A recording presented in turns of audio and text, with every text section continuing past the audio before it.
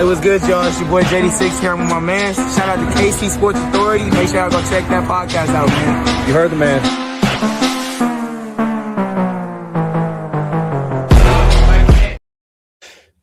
All right, everybody. Lock in because the boys are back. Well, at least two of us for now. We'll see if Austin joins us tonight. But welcome back to the KC Sports Authority podcast. He's JB Merker. I'm Keegan Russell. And if you found us over here on YouTube or Facebook or Twitter, first off, thank you so much for joining the show. We always appreciate it when you guys hop in with us live stream as we try to do every week. It's been a couple weeks since our last episode, and there's a ton to get into with Kansas basketball, but make sure you hit that like and subscribe button down below. Share on Twitter with your fellow Twitter friends. Facebook, you can comment as well on there. We'd love to hear from you guys. JB, it's been a couple of weeks since we last talked. Yeah. A lot has gone down in Kansas basketball. There's no way we're going to be able to recap all of it. We're going to try and get to as much of it as we can. Coming into our last episode we recorded was pre-Arizona, right? We were previewing Arizona, and we were just like throwing up a prayer that we could win that game. And of course, we all know what happened, but what a story it's been since then. Like you want to talk about a roller coaster? The last 2 weeks has been an absolute roller coaster for this night team. And day difference. And it's like I'm kind of I don't know really where to begin. We can start with kind of the highs of Arizona if you want. I don't want to dwell too far back there, but impressive win at home, Arizona. Probably one of the biggest games in Allen Fieldhouse all time. I mean, top 5 for sure. A lot of people saying all-time top favorite. Crowd pop moments. You know, we can get into. Maybe we'll spend an episode another time just doing some more nostalgia stuff going back. But huge game. No Darryn Peterson, of course, for that. What a surprise! Shocker. Nobody. Can I say something? Yeah. Here's the deal, we'll get into some DP takes later too. So don't go crazy with them yet. Right. But if you have something, go for it. I won't. Here's the deal with that game in particular, the Arizona game. I have defended this, and I've gotten some heat for it, and understandably, I don't think people are really understanding my point. But I have gone out and so far as to say I've watched that Arizona game, and I just think that was the best win that I've ever seen in Allen Fieldhouse. And here's a big point of distinction. That is the best win. That is maybe not the best game. I would argue, yes, the triple overtime game against Oklahoma will probably always be the best game. That's my top, yeah.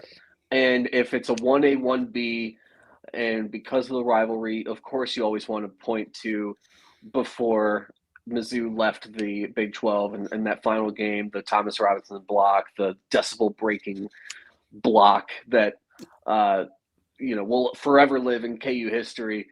Yes, I would say that is probably like, if anything, that might be the best win ever just because of all the circumstances. But even then, we have never beaten a number 1 team coming into Allen Fieldhouse, ever.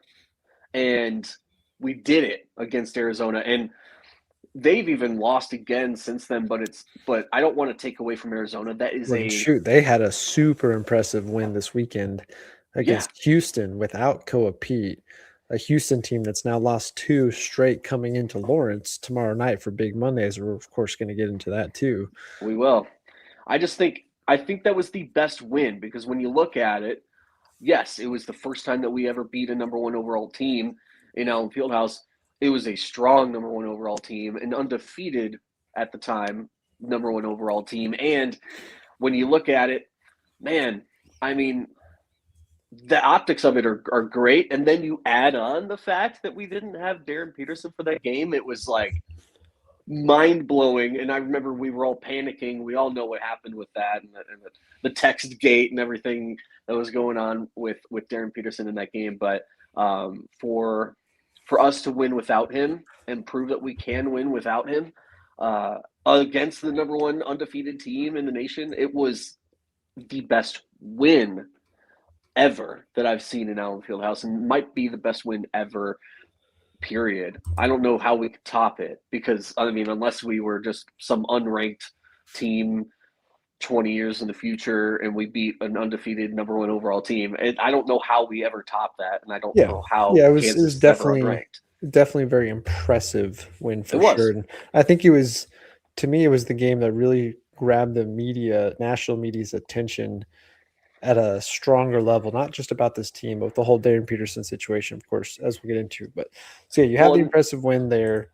Had we beaten Iowa State, what would our rank have been had we beaten on Iowa State the next, like, what was it, a couple days? Top 5. Would have been top 5. Saturday.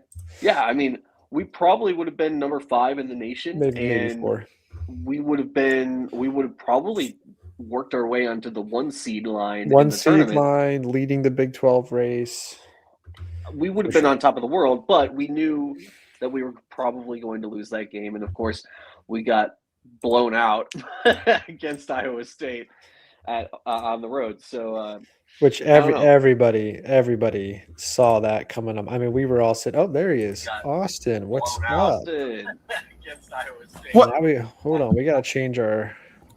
What's up, guys? What's up? Welcome. Don't notice anything different? I shaved my face. I mean, my beard's growing back already, but no mustache anymore. Oh my God, Austin.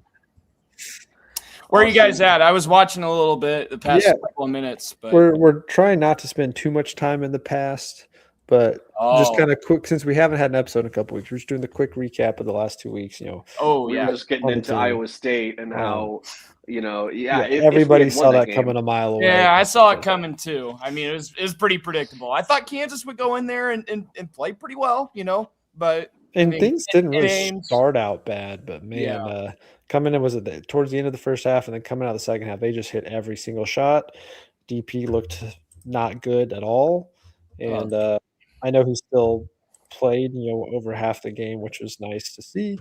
But he had an inefficient game, did not look good whatsoever. Get blown out on the road. Fully expected that. That kind of halted the win streak. And then go down to Oklahoma State, which, again, another team that, even though in recent history KU has, I think they had won 7 straight or something like that over them, or 5 straight maybe. A place that we've always struggled on the road, no matter how good or bad that team is. And I mean, KU pretty much dominated that game for the majority of it. Still, I think the final score, 12-point win, 81-69, you didn't feel as good with, because coming down the last 5-6 minutes, KU went a while without scoring, and Oklahoma State kind of came back. So the last week, basically, and then, of course, going into Cincinnati, which we'll talk about in a second, night and day difference. The leading up to Iowa State, super impressive team with and without Darryn Peterson. Get the brakes beat off you by Iowa State, play pretty good against Oklahoma State in a game you should, and then just to put up a dud this last Saturday at home to a Cincinnati team who overall not a good team. They are better as of late. They've won 4 straight in the Big 12. They beat Iowa State a couple weeks ago. They're a very tough, gritty defensive team. That was the classic gotcha game, right there before Big Monday against Houston, who had a huge matchup against Arizona, which we were all tuning into, hoping to see Houston knock off Arizona just for Big 12 race concerns. Arizona somehow goes in and gets that one done handedly without Koa Pete as well.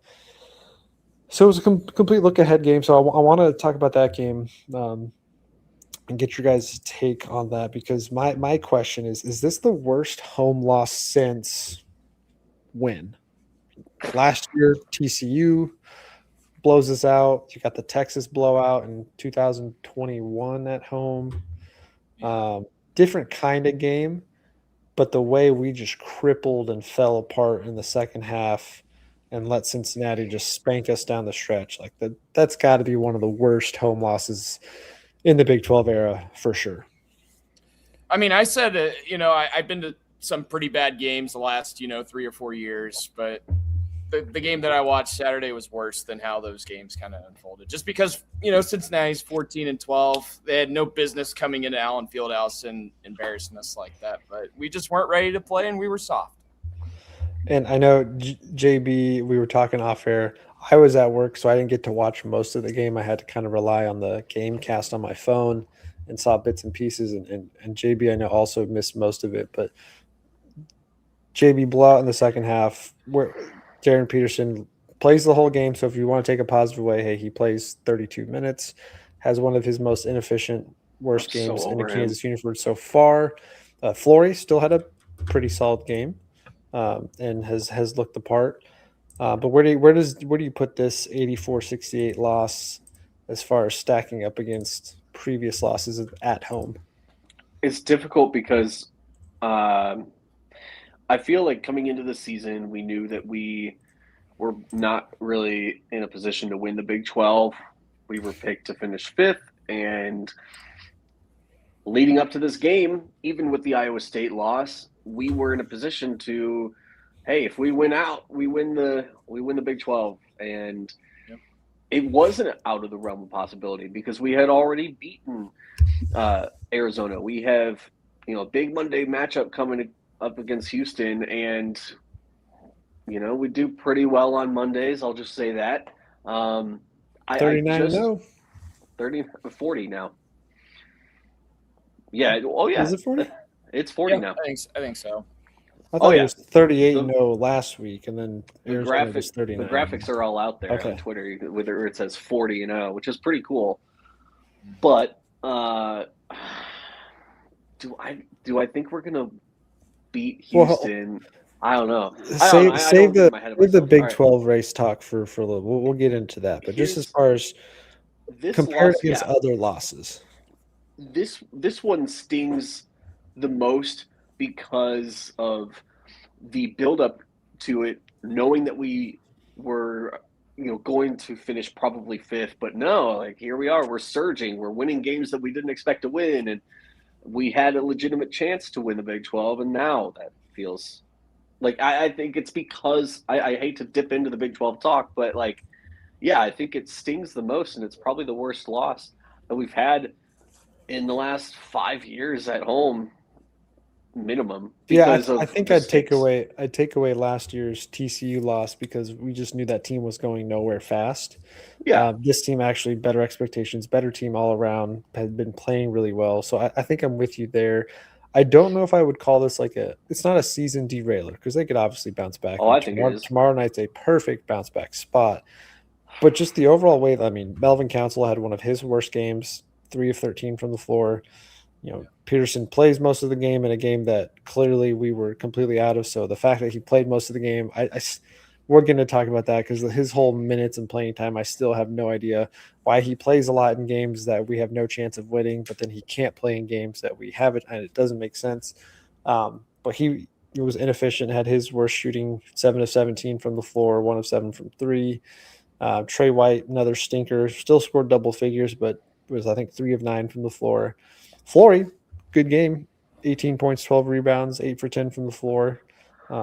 Bryson Tiller didn't add anything. So it was I think they summed it up pretty well post-game between the players and coach. Lack of effort, clearly did not have effort from the start, whether it was attitude stuff in the locker room, like Flory's talking about with the team, whether it's Bill just saying, hey, we just weren't locked in and just weren't prepared. They didn't look like they belonged on the same court with Cincinnati yesterday, especially at home. I definitely put up there as one of the, I don't know if maybe more, I don't want to say embarrassing losses because we've had some embarrassing, like last year TCU, embarrassing. Yeah. But again, that was a team that we didn't have any high expectations for, so we weren't that disappointed with the loss. But we've had some stinkers over the last 4, 5, 6 years now, and that one's definitely up there for sure. I think it's time. It's time for another players-only meeting. It just has to be done. And the interesting thing is, if you have a players-only meeting, is DP even going to make it? Is he going to be a part of the meeting? I mean, the picture is going around. I wish we had it, then we could throw it up on the screen. There's a picture going around Twitter. Yeah, the team's huddled up, except for Darryn Peterson, Oh my who's god. halfway across the court. Context was key. Yeah, it's just not a good look. It's just not a good look. And it's I So here, I don't let me stop you real quick. Do we want to go ahead and just go Darryn Peterson talk? I'm down. You want okay. Let's jump into that. Because here's my question to you, and I'll let you take back your spot here. Is Kansas better off with or without Darryn Peterson? Seems like a simple question with a simple answer, yet I think there's a lot of complexity to this. And I hate that it is that complex. I'm the most 50-50 on this question that I could be. I really want to say, oh yeah, of course. Duh. Look at the talent. He's better than anybody in college. We would love to be experiencing all the best of Darryn Peterson for the rest of the season, but the fact is, it's just we beat Arizona without him. And I think it's because the guys with like the team and how we look without Darryn Peterson, I legitimately think their effort level is better, their energy level, their determination, their IQ, everything seems to take up a big notch, and it's just one of those things that they play with more pride, and I feel like when you play with more pride, you just end up winning, and we were better than Arizona that night. We won the game. We did it without Darryn Peterson, and it's when you combine all this stuff, all the negativity around Darryn Peterson lately, the checking himself out of the Oklahoma State game, that clip went viral. The not playing in the second half, which he has been doing pretty much all season, not playing in the second half. All these things are finally catching up, and I don't know if you guys noticed, but I've been saying this all season long, that this type of stuff, these games he's playing with this team, is directly affecting his draft stock, and it's plummeting. Now, plummeting for a guy of his talent means going from number 1 to number 3, maybe at worst, but it's plummeting, and it's finally not just me saying this, because now we've got Stephen A. Smith rattling off. We've got former NBA talents rattling off about it. We've got everybody on ESPN talking, and it's finally not me. And I think the straw that broke the camel's back was the clip of him checking himself out of the Oklahoma State game. The clip with the picture from yesterday. I know, Austin, you tweeted about it. Context wise, team was huddled up down low. Darryn was over talking to Bill Self. Clearly, he didn't look himself at all this game either. I mean, again, he settled for so many jumpers, doesn't look explosive, so it didn't look great, but still plays 32 minutes. He's over talking to Bill Self. The guys are huddled up. If you go back and watch part of it in the game, they look over at him. Hey, come on, and Darryn just walks to the huddle. No sense of urgency, no rushing, no sense of I need to get in there. So there was some mixed and missed context with that, but that combined with the shooting the three, checking yourself out, then you've got Darius Acuff scoring 49 after wearing a boot supposedly 2 days before. You got DeBonsis playing 40 straight minutes with the flu. And saying, hey, I'll play however many minutes they need me for.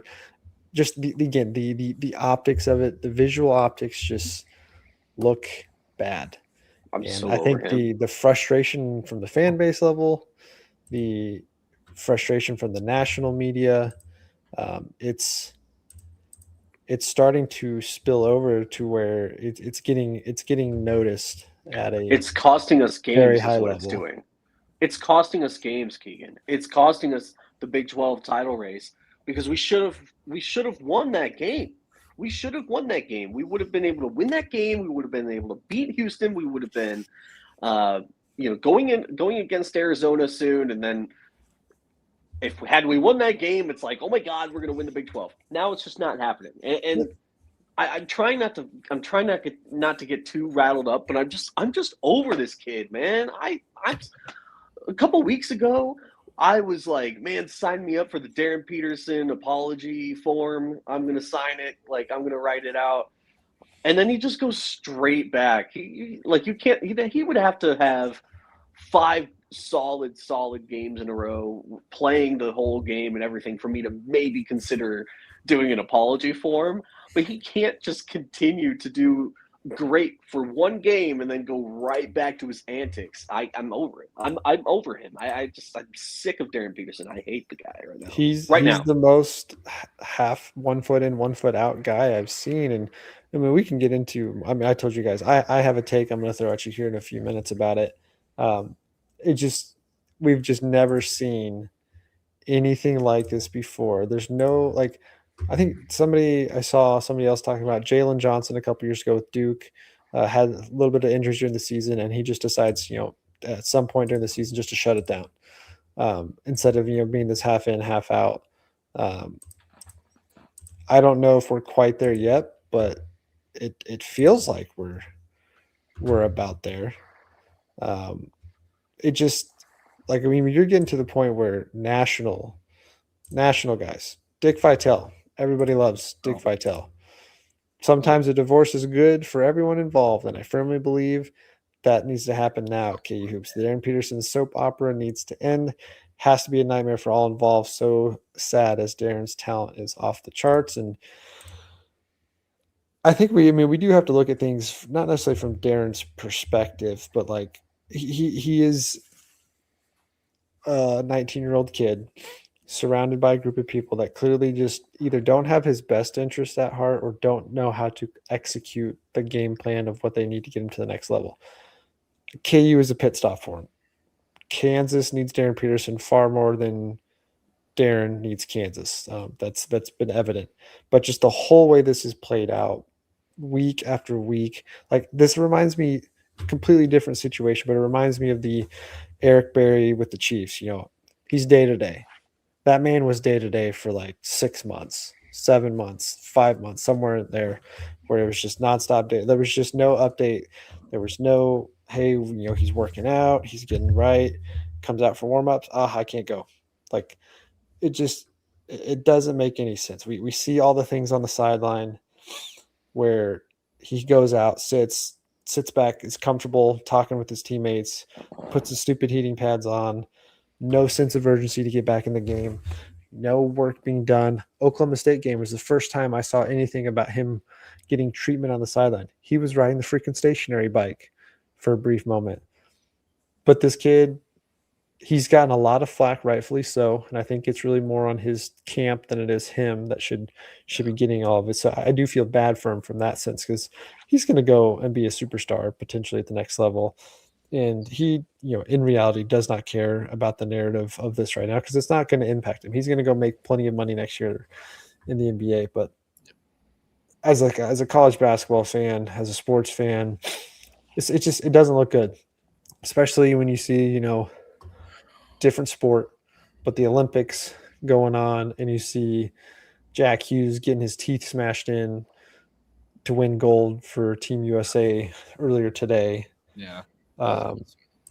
It's not a good look. So before I give my take, Austin, do you have anything you want to throw in about it? I mean, I just hope that at some point Darryn Peterson gets his chance to open up and explain his side of this whole spiel. I mean, once that happens, I think, we'll all look back on this whole thing, be like, man, maybe we got a little bit ahead of ourselves, but at the same time, like, I just want to hear what DP has to say. I mean, we heard him at the start of the season talk about how everybody was all mad at him for, quote, stealing NIL money and stuff like that when he was actually hurt. But, I think we got to give him a chance to, speak about the whole thing at some point. But unfortunately, why doesn't he speak? What's that? Why doesn't he speak? Why doesn't he speak right now when everyone else is talking? Why doesn't he put something out? That's what I'm saying. Like, the only thing we've seen was that video at the beginning, early this season, where he's like standing in halfway in the hot tub. I think that's the only thing. I mean, he's changed his profile picture, whatever. Yeah, I don't. Even his team and his camp haven't said anything either. That's the one thing I'm getting really tired of, is him changing his. You don't need to change your profile picture, buddy. Like, that's not going to help us win games, okay? Well, shoot, and we've gotten to the point where I think was it Friday's press conference before Friday's press conference before the Cincinnati game. Bill had made some more comments about Darryn. And he made comments earlier in the week about how hard he works. And guys, there's nobody that works harder on the team. There's nobody that studies more, wants to be out there more. Yeah. Like he's done a really good job doing his best to defend them. But then I also thought it was great in Friday's press conference where he's like, I hear all the narratives. I don't believe with all of them, but the easiest way to shut those narratives down is he's got to play. He's got to finish games. So I felt like it was the first time we heard Bill indirectly call Darryn out and say, hey, I need you to come finish games for us, and this will shut everybody up. Finishes a game Saturday, looks terrible, doesn't play well, and clearly, I mean, like I said, I haven't watched the entire game yet. I've watched bits and pieces, and I think Spencer, of the four of us, Spencer, if he were on here right now, he'd be the one to like really.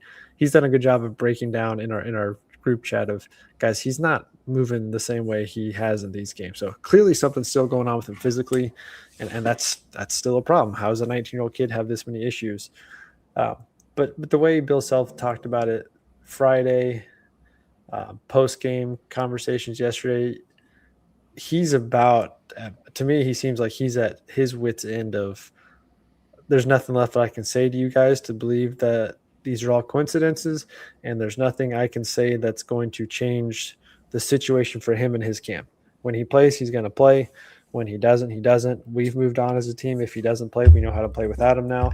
And honestly, that's why I put this question. Is Kansas better off with or without Darryn Peterson? I think you can make a legitimate argument that this team plays better without Darryn Peterson. Does that mean that they are a better overall team or their ceiling is higher without him? No, because if Darren's at his best and he's perfectly healthy, yeah, this team's far better with him. But because of all this on and off the court antics and stuff, I mean, how many of these games can we go back to and look at how quickly the game shifts when Darryn goes out mid-game or how they play knowing Darren's not going to be in the game? I think what was it, where he had the huge first half and then Melvin just completely takes over the second half. Like that was the tipping point for me of they have played with a more intensity when he's not on the court. And I think defensively too, I don't have the numbers in front of me, but they're a far better defensive team without Darryn Peterson, in my opinion, just watching how they play.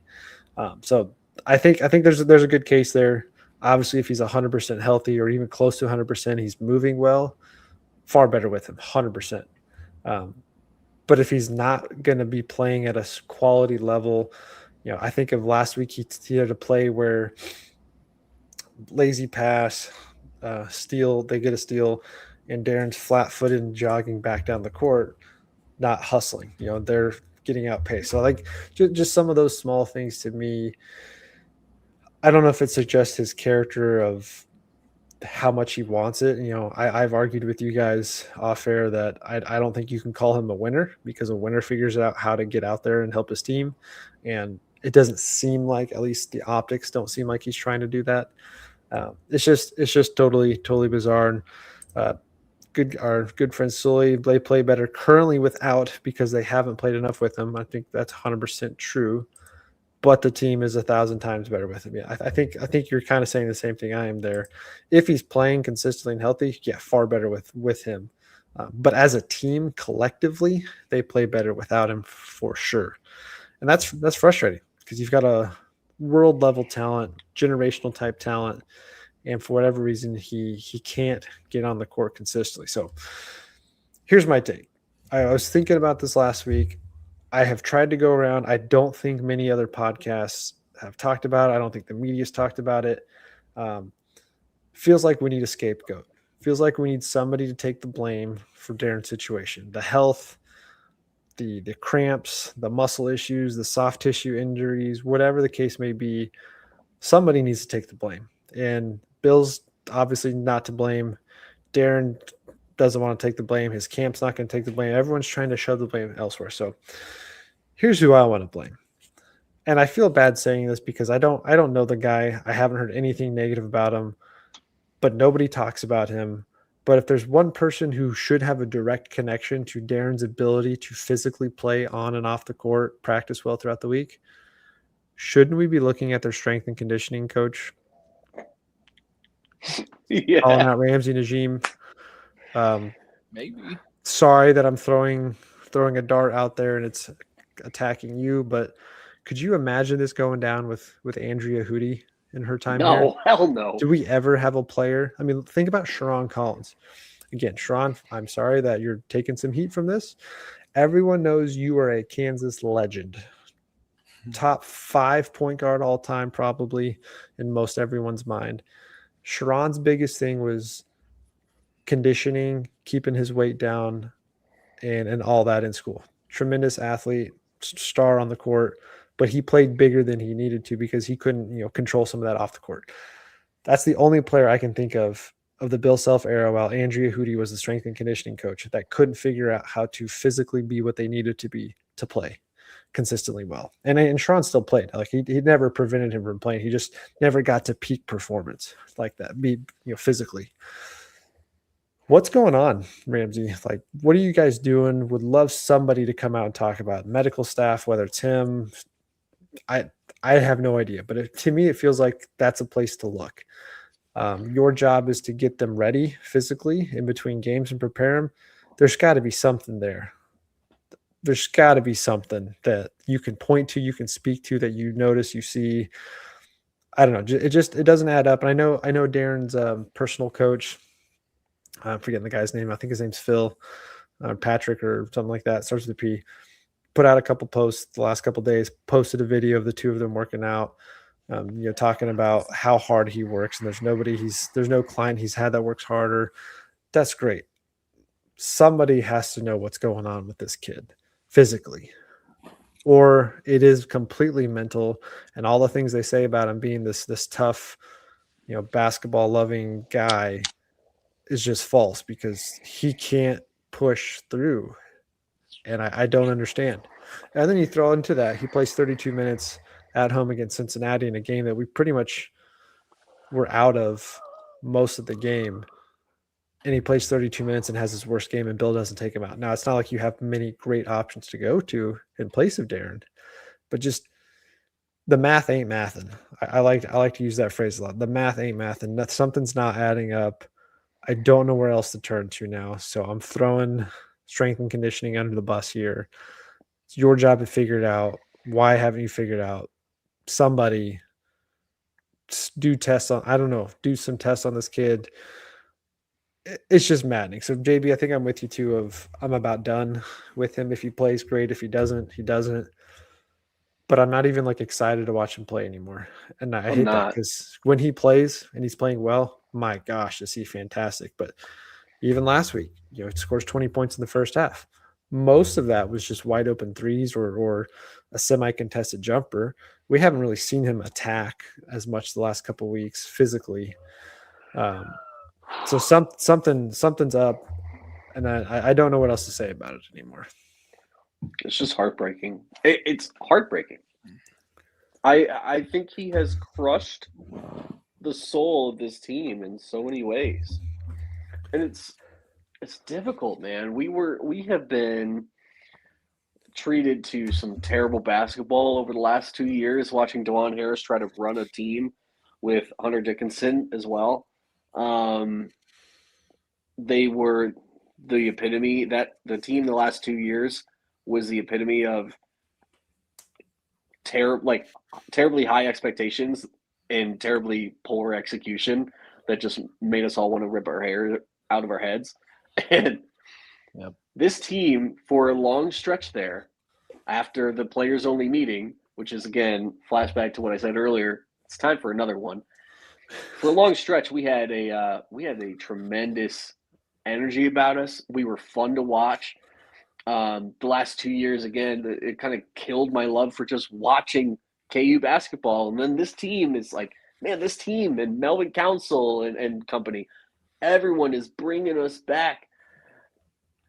For Darryn Peterson to be this polarizing this late in the season, it has gotten to the point where I am out on him, and it sucks to say.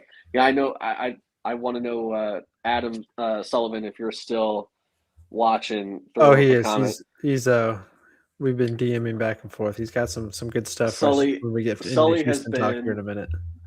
Sully has been on Twitter, and he's been talking He's been talking Darryn Peterson's praises. He's been defending him, and that's fair. That's very fair. I just want to know where your optimism comes from, Sully. Like, I don't know.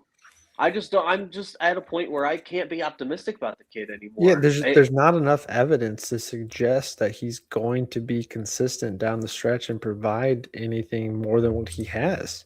Thank you. Like Yeah. we haven't seen anything to suggest that yet, and I mean that could change. Like maybe for all we know, maybe it's, hey guys, I literally could care less about the regular season.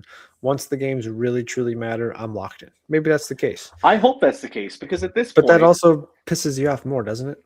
it does. At this point, let me tell you guys, we are dangerously close, if not we're already there, to it is national title or bust for the overall impression of Darryn Peterson and his career at Kansas. If he wins us a national title, I'm sending the apology for him. If he doesn't, then I'm just going to be like, you could have gotten us a national title. That's where I'm at. Yeah.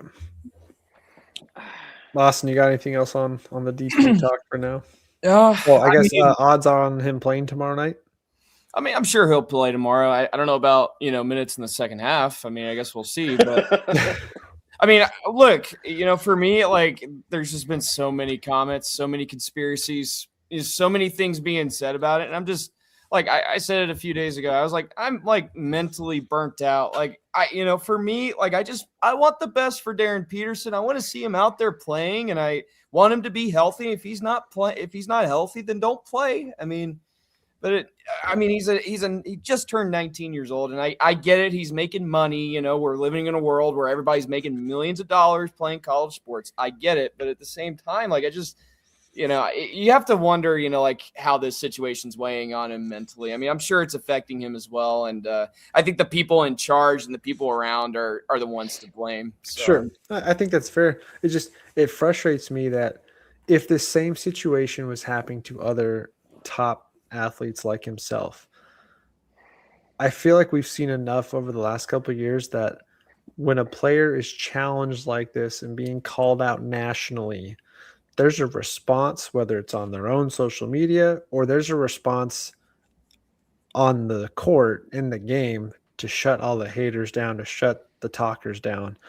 And I mean, maybe Darryn Peterson's like a Kawhi Leonard, where he's just not a super vocally emotional guy.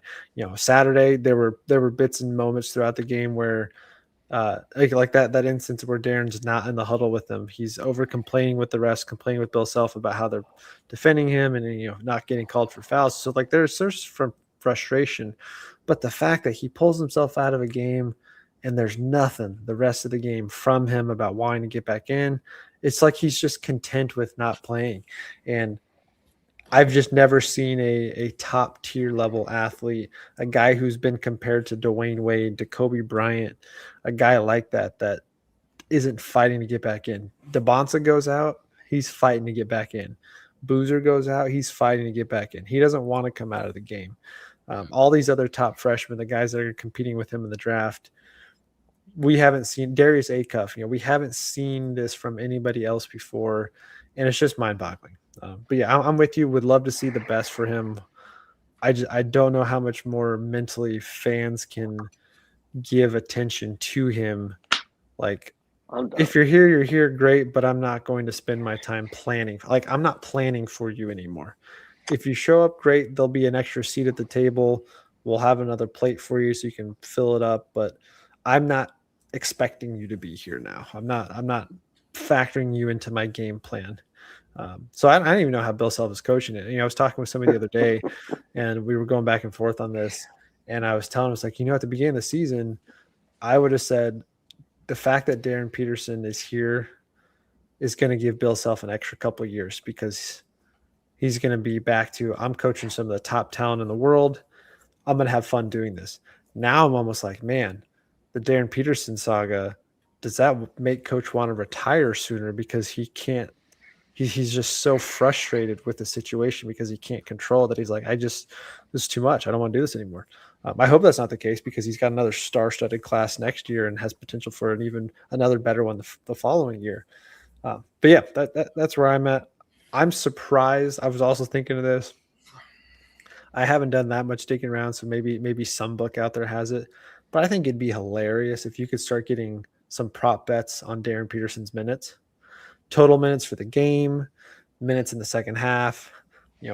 I feel like all these sportsbook could make a killing on people betting the overs and the unders, and Darryn just does it, whether he plays, whether he doesn't play. I think that'd be funny. Over under 4.5 minutes in the second half. Over under 22.5 minutes for the total game. I think that would be funny. Because that's what it's at. Like, even if he plays tomorrow, I have no confidence he plays more than 25 minutes. Nothing has suggested otherwise, especially coming off of a game Saturday where you looked really bad and probably gonna not look good again tomorrow if that's still the case. So anyway, that's where I'm at. Let us know what you guys think. Is Kansas better off with or without Darryn Peterson? Drop that in the comments for us. Tweet about it. Send it to us. Love to hear your thoughts. But let's transition because we still have basketball. We have a big Monday game coming up tomorrow night. Big Monday, bigger game, as the title of this episode is, because number 3, potentially number 2, number 4, number 6, probably going to be number 5, Houston, coming in, dropping 2 straight, losing to Arizona this weekend, as we mentioned earlier in the episode. Huge big Monday game.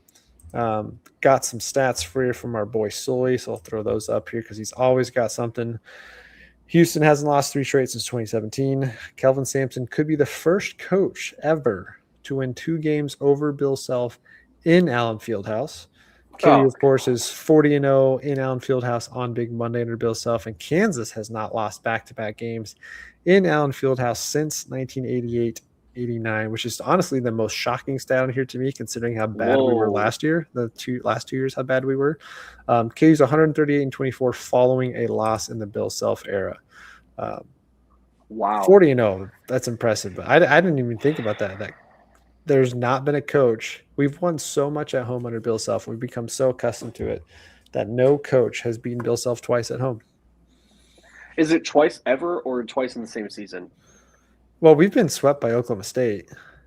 No, I'm saying, because we got swept by Oklahoma State a couple years ago. I guess it wouldn't be the same season then. Yeah. I think it's no one's ever beaten Bill Self twice at home. Really though? Not like a Hoiberg or in the same season. Like, yeah. I mean, Iowa State. I mean, that's how good we've been at home. Even the bad teams. Well, and you have to think about it this way too. The last couple of years with the expansion of the Big 12, we haven't played everybody home and away. Right. Yeah. So there's some teams you haven't seen as often at home. I love the stats that Sully put up on that, because the stats say that we should win this game. Vegas says otherwise. Right. The stats say that we should win this game. The perfect record on Big Monday at home for Kansas. The not losing 2 straight at home since 1988. Like, whoa. That's crazy. Yeah. I mean, Houston, I think the one thing that I just fall back on is, man, I don't know how Houston loses 3 straight. A team that good, a team that should be on the one line.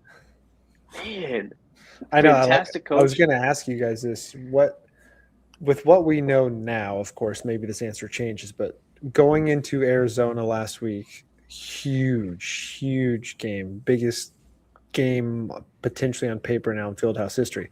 I don't think this is the same kind of game, but I think I have more worry about how we play tomorrow than how I thought we were going to play going into that game against Arizona. Like, if you had to pick between the two, not that I thought Arizona wouldn't win, but this is the team that scares me more, especially where we are coming off of this weekend. Yeah. And they could bounce back. I mean, we've seen Bill Self do that time and again. And they probably will. I mean, I think they'll look good tomorrow night, but man, Houston is tough. They are like the only team in college basketball over the last several years that every time we see them, I'm just like, please let this game just get me to the end of this game now because you know how tough of an opponent they are. Kelvin Sampson is one of the best coaches in college basketball. He coaches. I mean, they press you nonstop. They are up in your face. They're aggressive. They're physical. They play really hard. And guys, this year, they are super deep, super experienced, and they can score at a whole different level than the last couple of years. Last couple of years, they've scored. This is their best shooting team they've probably had under Kelvin Sampson. And what does our team struggle with? Defending guys that can shoot, even though leaving guys wide open all the time. Yeah. So I'm worried. I'm nervous. I'll be at this game actually. First game of the year for me. Looking forward to it. I know. Yeah. I'd love to actually see Darryn Peterson play in person too, but not anticipating that happening. But how do we feel going into this matchup? Terrified. I'm so nervous. Same. Me too. Like, not feeling super confident right now. I'm gonna cross the fingers on this one. It's like it's cool that we got to 40-0 on Big Monday. Like, all records are meant to be broken at some point. It's like we're not gonna always be 40, undefeated on Big Monday at home. Bill Self in particular, not Kansas as a whole, but Bill Self. Like, I really hope this is not the time, because this would be, if we lose, obviously that's like, all right, you're done. You're definitely not winning the Big 12. There's zero chance, I think, at that point. This is like the one game to give us hope. If there was ever a time that we needed a bounce back game this season, this is it. Because, brother, there's almost no hope left for the Big 12 title. And if we do not execute tomorrow, this season is over and done with, in my opinion. It's like you're throwing out the whole season. You're not even looking at I am. I'm not you want to win the Big 12 that bad. I think it's a and I know we've step. talked about this for 3 years now, where you were definitely, of all of us, after losing after the 14 straight and then finally losing one and then having some bad teams, 3 of the last 6 seasons, I think seasonal expectations on Big 12 had kind of settled down, especially the fact that this conference has gotten better the last couple of years and deeper. But you've always been set on that we need to have pride in wanting to go out and win the Big 12. And I'm right there with you. We should. I don't think it plays as big a factor in the bigger picture now, personally, because I would trade a Big 12 championship for a Final Four appearance any day of the week. I just think it's a morale thing. Like, I don't know. I just feel like if we guarantee that we're not going to win, it's like, man, there's one of two options. You either lock in and focus on March, or the season is a wash. So let's look at Big 12 standings here. And I feel bad. JB always has to disappear when I throw stats up on the screen. That's just the way it is. We have yet to figure out how to put one off the screen. That's fine. Every time we do 3 of us, we've never figured out how to get JB on the right and put Austin in the middle. It just never works. Anyway, Arizona leading the conference at 12-2. Here, I'll hide myself too. Their monster win over the weekend against Houston puts them back on top of the Big 12. But K's still right there. 2 games out. You have a win over Arizona already. You have another matchup with Arizona. So you could theoretically still win out and Arizona drop one, and you're at least potentially tying for Big 12, assuming Arizona drops another one. They still have Iowa State coming up on their schedule. But yeah, for Big 12 race, like I put the question up there, Big 12 season champs race, that's the conversation right now. KU's not out of it. They're still right there. You beat Houston tomorrow. You have a 2-way tie for second. 3-way tie, well, I guess 4-way tie for second with Iowa State and Texas Tech there too. You need everybody to lose 1 more, and you need Arizona to lose 2 more, and KU went out, and you're Big 12 regular seasonal champ. So I think it's still possible, but I wouldn't put it much likely. Other than Iowa State, what is and Kansas, like, what is one other game remaining in Arizona's schedule that they could potentially lose? I think they have Baylor on the road. Let me pull theirs back up. Let's pull that up. 2 of their last 4 games are pretty soft. Obviously, if we lose to Arizona on the road, and that is a very likely scenario, then it's donezo. We lose Monday, and then oh my gosh, please do not lose. Yeah, Monday. you lose tomorrow night. Big 12 races for sure over. But what? Yeah, but yeah. Then you got Iowa. You said Iowa State still has to play Arizona again. Yeah. Is that so? Arizona. I mean, in fairness, Arizona has they have a big emotional win this weekend at Houston. Impressive win, winning by 7 on the road without Pete. They play Baylor Tuesday night. Gonna be a heavy favorite in that, but Baylor's known to do some stuff. So that's like the two easy games on their schedule. That's the least easy of the two. Then of course they play us the following Saturday at home, and then they've got Iowa State the next week. So Iowa State at home, both those games at home for them. So you've got 2 potential games they could lose there, and then they finish their season at Colorado. That's one. Which okay, easy win. Should be. Maybe that's the one they drop because Colorado's playing for absolutely nothing. Could you imagine? Could you imagine Colorado hands us a national, or it's not national, but a Big 12 title? Oh my God! And on the other side, Houston, of course, after Kansas, they play Colorado, Baylor, Oklahoma State. So they're winning outside of tomorrow, whatever happens tomorrow. So I was also going to ask you guys, who do you think is most likely to win the Big 12 right now? I think I still have my money on Houston just because of where they're scheduled. I mean, you hope Arizona drops 2, being Kansas and Iowa State, or at least 1. And if Houston wins out, especially if they win tomorrow, they're back. I think they're back in the driver's seat to winning the Big 12. But I think what actually I took away the most from looking at the Big 12 standings is how freaking deep we are. You've got 6 teams that are all within 2 games of winning the Big 12. That's crazy. That's never. I mean, you think about KU's 14-year streak. There were several years where they either shared or somebody was close, but it was only like 1 team, maybe 2 teams up there. You have 6 teams that are going to be in the top 15, I believe, in college basketball, that are all going to be top 5 seeds in the NCAA tournament. It's the deepest. This might be the best and the deepest the Big 12 has been in a long, long time.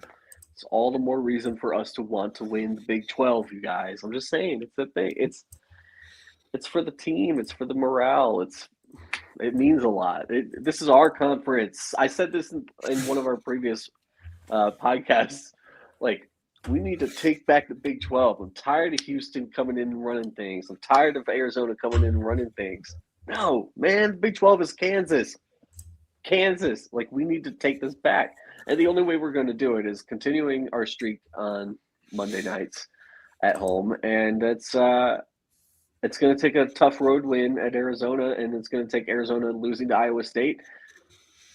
If I was a betting man, I would say the most likely scenario is that Houston and Arizona tie for the Big 12. Yeah, that seems pretty likely. I think Iowa State's got an outside chance. But they need Arizona to lose twice. I mean, there's also a scenario on here. I think the math works where you could have a 4-way tie if Arizona loses twice. There's a scenario where you could have a 4-way tie for first in the Big 12. Wow. But again, you got one 4-way tie. Have a coin toss. We gonna have a coin toss. No, they all just win it.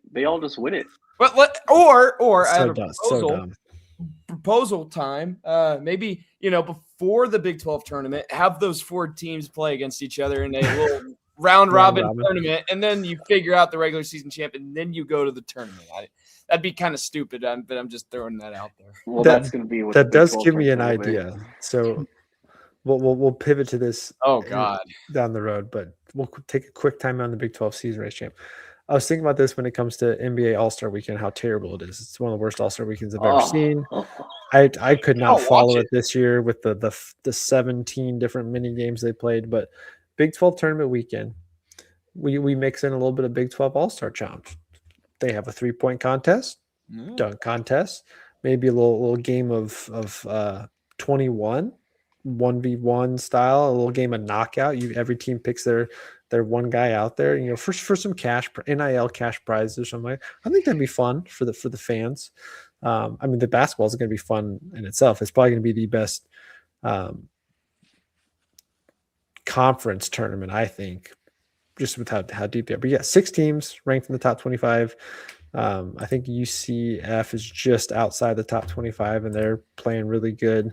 It's the deepest conference in college basketball by far, but doesn't feel likely that regular season Big 12 championships happening. I also don't feel confident this team could go win the Big 12 tournament either, playing 3 games in 3 days, especially with the way things have looked with Darryn Peterson. So I wouldn't expect that. But Big 12 race, still potential. I'm not with you, JB, in the sense of it derails the season as much, or it leaves a sour taste on the season because they weren't expected to do it anyway. But it would be one of the most impressive Big 12 championships of the Bill Self era for sure, considering the depth of competition and the adversity, as coaches like to use that word, of the adversity this team's faced this year with injuries and different things like that. But well, let's wrap up with some Houston predictions. We've got, again, Big Monday tomorrow night, 8 p.m.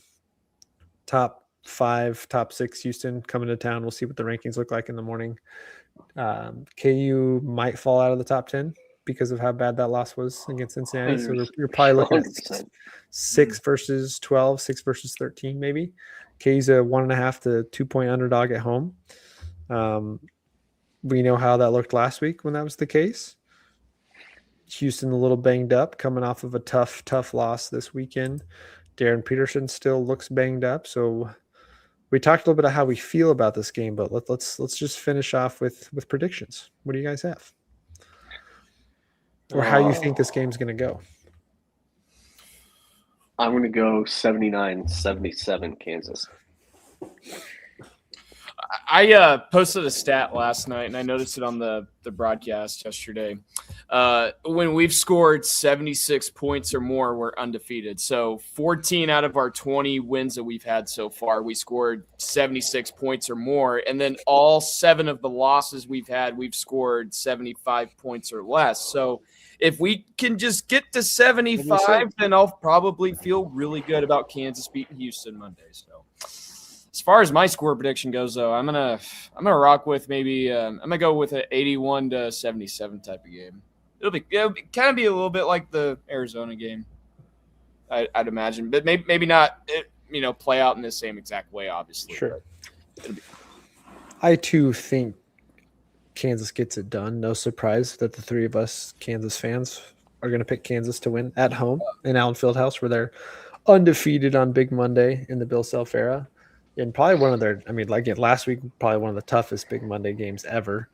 But a Houston team that I think is going to be hungry tomorrow night. They have a lot more to gain than what Arizona did last week. If Arizona wins that game, their season's the exact same. If they lose that game, almost the exact same. Kansas had a lot more to play for, I think. But I think Houston has a lot to play for tomorrow night. So it's got me scared. I think it's going to be ugly first half, but I think Melvin Council is going to have a tremendous bounce back. I think Trey White is going to have a good bounce back game too. He's struggled the last 2 weeks. I mean, we haven't even talked about Trey White much, but since the last time we talked, he's basically been non-existent on the court for most of that time. Flory still looks incredible. He's going to have a big matchup against Tugler. Kingston Flemings, we haven't even talked about him. One of the top freshmen in the country. Emmanuel Sharp, good. Go 4 from 3 at any given moment. So I have major concerns. I think we fight. I think we grit it out. I have no idea how to predict this game because I think there's 2 different teams. There's 3 teams. There's the Kansas with healthy Darryn Peterson, even if he doesn't play a full game. There's the Kansas with a not so healthy Darryn Peterson that plays a lot but doesn't look good. And then there's the Kansas that plays knowing Darryn Peterson's not going to play. So do I give 3 predictions? I don't know. I think Darryn does not play tomorrow night. I just I hope not. I would love to see though? him play tomorrow. If he's not playing tomorrow, I think it's Kansas 74, Houston 73. Wow. Yeah. If Darryn plays, again, they are worse defensively, but they're better offensively. Kansas still wins 83-79. Okay. Don't feel confident. If Darryn plays and doesn't come back out for the second half, You literally gave 3 predictions. Houston 81, Kansas 73. Wow. Oh God. Okay. Well, Do I like there you any have it, folks. answers? I don't. I don't feel confident in any of those. That's why there are predictions. It's this team's hard to predict. I mean, if Bryson Tiller comes to play, if Flory looks good, if Elmarco's doing something, I mean, this team can get scoring from other places. We haven't even talked Cole Rosario. Finally hit a freaking 3. Thank goodness. Felt so bad for the kid. Just could not get anything to go in. So glad that he finally got a 3 to go down. First 3 of the season in Big 12 play. Need more of that for sure. But anyway, that's where I'm at. Scared about this game. Looking forward to going because I have not been to a game in Allen Fieldhouse outside of late night and maybe a exhibition game in 2-3 seasons now, which is unusual for me. Whoa. Definitely unusual for me. So looking forward to that. Looking forward to being a huge Monday night, big environment type game. And man, I just hope we come out and look good. Look really good. Vintage Kansas basketball. Vintage Fieldhouse takes over. I mean, home field advantage is a legitimate thing. Allen Fieldhouse is the best home court advantage when the fans are in it. And shout out to student section. They've been solid this year. They've gotten a lot of flack the last couple of years of not being so good. And I think some of that was the teams they were rooting for. The last 2 years, those teams just didn't have a lot to get excited about. This year's team does. You've got guys that the fans really love. Melvin's, hanging out with the crowd post game. Bill's showing up for camping this morning. I love that. The vibes around everything non-Darryn Peterson, super high. So Bill, let's go with that. I don't think Bill Self has ever come to camping and talk to the students. I mean, I don't remember him doing that when I was there. I mean, he's definitely shown up while camping was going on, but I don't think he's ever been to lottery. But no, lottery. I mean, he's up because they start lottery 6 a.m. Bill Self's up there 6 a.m. the day after a spanking, which I think they usually have practice on Sundays anyway. I think they had lottery at 8:00 this morning. Was it 8 o'clock? Oh. Yeah, because it's soft, Sunday, soft, getting soft. I'm pretty sure we should do an episode on that sometime about talking about camping rules. I'd like to get different people's opinions over the last 10 years that have been involved with camping, how it's changed, what they like, what they don't like. A lot of thoughts there, but we'll save that for another time. But yeah, that's all I got. Get a dub tomorrow and downhill stretch, win out. Go beat Arizona on the road. Let's roll into Big 12 tournament play as a top 3 seed. Yeah. Don't want to play Wednesday. Let's play Thursday and get this thing to March.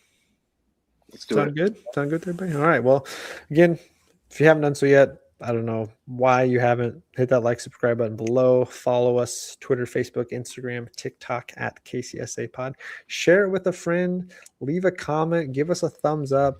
Put anything in the comment section, hopefully positive. Anything that helps continue to get us up on YouTube even more. Got some cool things coming down the road. I've been promising stuff for months and months now. And there's a lot of things I'm working on the side to have some more fun on the podcast. So I hope you guys look forward to all that. But that'll do it for this one. Let's get after it tomorrow and rock chalk. Rock chalk.